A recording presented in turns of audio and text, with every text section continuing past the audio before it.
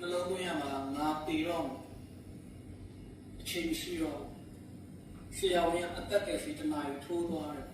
အဲ့ဒါလိုနှလုံးသွင်းတာတည်ပြီးတော့ယုတ်တိရှိအောင်ပွားတော့အဲ့ဒါမှယောဂီရဲ့တရားအစဉ်တန်းရှိမယ်ခိုင်မြဲမယ်ကိုတရားကိုရှုံးမယ်အဲ့လိုမှမဟုတ်ရင်အစတခံတော့မရှိရင်ယောဂီရဲ့တရားတုတ်နေလိမ့်မယ်အစတခံမှမပါဘူးတရားမတင်ဘူးဆိုရင်ယောဂီတရားသွားပြီပုဂ္ဂိုလ်လိုနဲ့လိမ်ပေကြီးရတယ်လိုနဲ့အတူကြီးအစတမခံနိုင်တဲ့တရားဖြစ်သွားစိတ်စောအကြရဲ့တာဝီကရဲ့ပေချင်ရဲ့ခန္ဓာကိုရှော့ပြီးတော့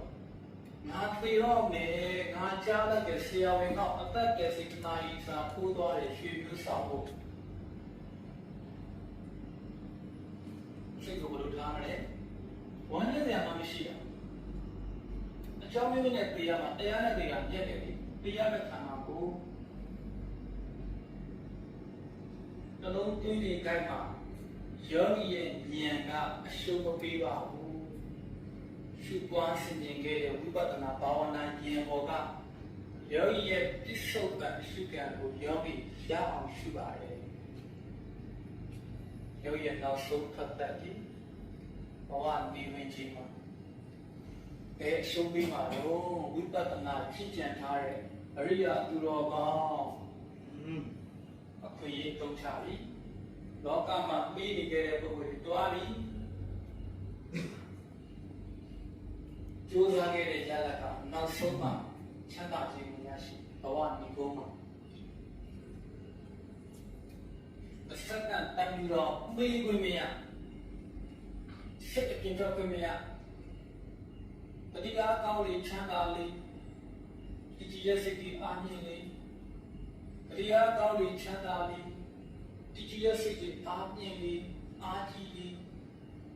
ပฏิနဲ့သွားတာကိုပฏิအားကောင်းရဲ့စိတ်လုံးနေလေလုံခြုံနေပฏิအာမကောင်းတဲ့ဘုရားစိတ်မလုံခြုံတော့အားနေတဲ့တမာရီနဲ့ရှိတော့စိတ်မချရကြောက်စိတ်မပါနဲ့ပညာမပေးနဲ့ကြိုးကံမယ်ဆိုတာမပါစီနဲ့ခန္ဓာအိမ်ကိုတွတ်ချနိုင်တဲ့နောက်ဆုံးထပ်တဲ့ဆိုတာကိုသဘောထားရင်မရှိဘမအားကိုးစရာမပါလာတော့ဒါပေမဲ့လူမျိုးတော့ရှိပါတော့အားကိုးမယ်ဆိုတာကြောက်စိတ်ပါမှာဆိုလို့ပြောပြတာကြောက်စိတ်မပါပါဘူးဘောဒီဘော်လေးလည်းရှိရရတယ်ကြောက်စိတ်နဲ့ကန်ထားတဲ့အရှုဖြစ်ရင်တော့ဆင်းရဲရအောင်တော့တွဲထားတဲ့သုံးခုဉာဏ်ကပြစ္ဆုတ်ကံကိုပဲစိုက်ပါတယ်ဆိုရင်မှန်တယ်အရှုကိုပဲပေးသိနေတယ်ဆိုရင်တော့နောက်ဆုံးသက်သက်မှာအရှုကိုပဲအားကိုးနေတမာတိပဲဖြစ်နေတယ်ဉာဏ်နဲ့သွားမှဘဝအစဉ်နဲ့မြင်ပါဦးအစဉ်နဲ့မြင်တဲ့ဘဝကိုသွားရအောင်ရှိတဲ့ရှိကံပေါ်မှာဥပါဒဏ်နဲ့ထင်တဲ့ကြောက်စိတ်တွေကိုချုပ်အောင်တေချာပိုင်းခြားရွှေ့ရင်ထင်တာတွေမဟုတ်တော့ပဲသဘောတွေဆိုတာတွေ့ရတယ်။ရောင်ရောင်လေးလို့ခံရတဲ့ကိုက်မှုသဘောမဟုတ်ပါဘူး။သဘောကြီးပါ။ရောင်ရောင်လေးထုံမှုသဘောကြီးပါရှိပါဘူး။စိတ်ကထင်နေတဲ့ဥပါဒဏ်ကြောင့်ပြည့်ညက်တရားပါတာ။ဥပါဒဏ်ကဖြုတ်ရင်ကံကြီးမှုဆိုတဲ့တမှုရိယကိုဖြတ်ပြီးတော့ဆွဲလန်းရအောင်ဒုက္ခတွေရောက်ကြတယ်ဆင်းရဲခြင်းဖြစ်ကြတယ်တမှုရိယအညာကိုဖြတ်ချပါလားသဘောပဲရှိ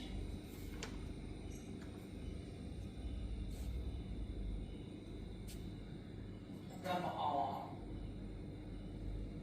မြင့်ထားရလွတ်လပ်စွာပေါ်ပါစွာရှင်းရှားရအောင်ဉာဏ်နဲ့မှန်မှန်ကန်ကန်ပိုင်းခြားတာရှိဘလို့ပဲ၆ချတောင်းတဲ့စတားရဲ့ခိုင်းစီမှုရောရောပြီးပါလို့ကျင့်တာတောင်းလိုက်ရောမလိုက်ရောရင်တောင်းတဲ့ရှိရတဲ့ချမ်းသာတကယ်ကြီးရဲ့စီးမှုရှိ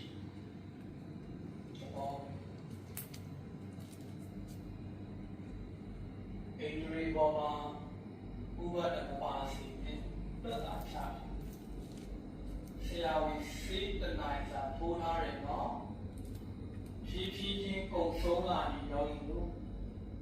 ဘုရားရှိတနိုင်ကအကြာကြီးမဟုတ်ဘူးဆရာဝန်အသက်ပဲစိတ်တနိုင်ရအဆက်တန်နဲ့ဆုတ်သွားလိုက်တာအချိန်မရှိတော့ဘူးအပယ်နဲ့ကိုးစားပွဲအောင်မြင်အမြင်ရဖို့လူရမဲ့ချိန်ရောက်နေပြီလူလို့ရပြီဆိုရင်အဲ့ဒါကဆက်ထားတော့အဲ့ဒီလေးနဲ့ပဲတနိုင်အသက်ပဲစိတ်ကုန်တဲ့အချိန်မှာကိုသေးရတယ်ချမ်းသာပြီလူထားတတ်ရမယ်နော်ဉာဏ်မြင်အသိတဲ့သဘောကိုတွေ့အောင်ဝတ်ပြီးဖို့စိုက်ထားတတ်ရမယ်ဒီစိတ်ကိုလေ့ကျင့်တာဖြစ်တဲ့အတွက်ဒီသဘောလေးကိုနားလည်ထားရအောင်ဒီသဘောဉာဏ်မြင်ရင်နောက်ဆုံးသက်တဲ့ကြမှာဆင်းရဲခြင်းကိုခံရတာဒါလေ့ကျင့်ခြင်းမျိုးလေဆရာဝန်ရဲ့အတက်ကယ်ဆေးသည်အကြာကြီးမဟုတ် minus သွားနေပြီsecond better body the second better body the minute better body the minute better body last minute now so last minute ကိုကရှိလို့မရသေးသွားပြီအဲ့ဒါတရားကြည့်တော့မှလိမ့်လိမ့်ဖယ်ဖယ်နဲ့ညာလာတဲ့ပုဂ္ဂိုလ်အမှအကျွေးဆက်တော့ခံပြီးအောင်တော့ရည်ရည်နဲ့ဖတ်ဆင်းရဲခြင်းနဲ့တွားပဲ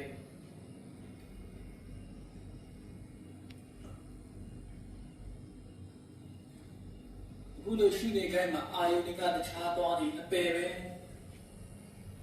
တဝိတိအာယုန်မှာဒီစိတ်ကတိကကရာကြောင့်မဆိုင်ထားတဲ့ယောဂီညာယောဂီအမှန်ကန်ယောဂီမဟုတ်ဘူးအကြံဉာဏ်ယောဂီညာယောဂီ